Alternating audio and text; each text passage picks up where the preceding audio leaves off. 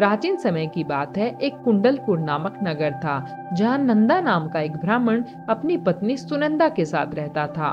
ब्राह्मण दंपत्ति धन धान्य से तो संपन्न थे, लेकिन उनके वंश को आगे चलाने के लिए उनकी कोई संतान नहीं थी। इसी वजह से ब्राह्मण हनुमान जी की पूजा अर्चना के लिए वन की ओर प्रस्थान कर गया। वहीं दूसरी ओर ब्राह्मण की पत्नी ने घर पर ही बजरंग बली की पूजा अर्चना करना शुरू कर दिया।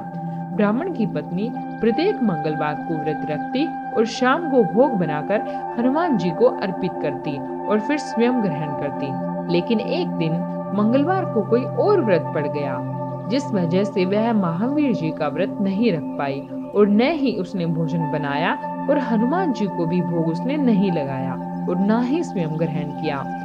वह अपने मन में यह प्रण लेकर सो गई कि अगली मंगलवार को वह हनुमान जी को भोग लगाकर ही अन्न ग्रहण करेगी। ब्राह्मण की पत्नी 6 दिन तक भूखी प्यासी पड़ी रही। मंगलवार के दिन तो वह मूर्छित हो गई। तब बजरंग बली उसकी श्रद्धा और निष्ठा को देखकर प्रसन्न हुए तथा उसे दर्शन देकर कहा कि हे ब्राह्मणी, मैं तुमसे बहुत खुश हूँ। मैं तुमको एक सुंदर बालक देता हूँ जो तुम्हारी बहुत सेवा करेगा। और हनुमान जी अपने बाल रूप को दर्शन देकर अंतर्ध्यान हो गए। सुंदर बालक पाकर ब्राह्मणी बहुत खुश हुई। उसने बालक का नाम मंगल रखा। कुछ समय बाद ब्राह्मण जब वन से लौटकर वापस आया तो उसने अपने घर में एक सुंदर बालक को देखा और अपनी पत्नी से पूछा कि यह बालक कौन है। पत्नी ने कहा कि मंगलवार को व्रत करने से प्रसन्न होकर महावीर जी ने मुझे यह बालक दिया है। पत्नी की बात सुनकर ब्राह्मण संतुष्ट नहीं हुआ और उसने मन में सोचा कि वह अपनी उल्टा व्यभिचारिणी अपनी कलुषता को छुपाने के लिए यह बहाने बना रही है। एक दिन ब्राह्मण कुएं से पानी भरने चला तो उसकी पत्नी ने कहा कि मंगल को भी साथ ले जाओ। ब्राह्मण बालक को अपने साथ ले गया, लेकिन जब वापस लौटा तो बालक उसके साथ नहीं था, क्योंकि पानी भरने के बाद मंगल को नाजायज मानते हुए ब्राह्मण ने उसे कुएं में डाल दिया।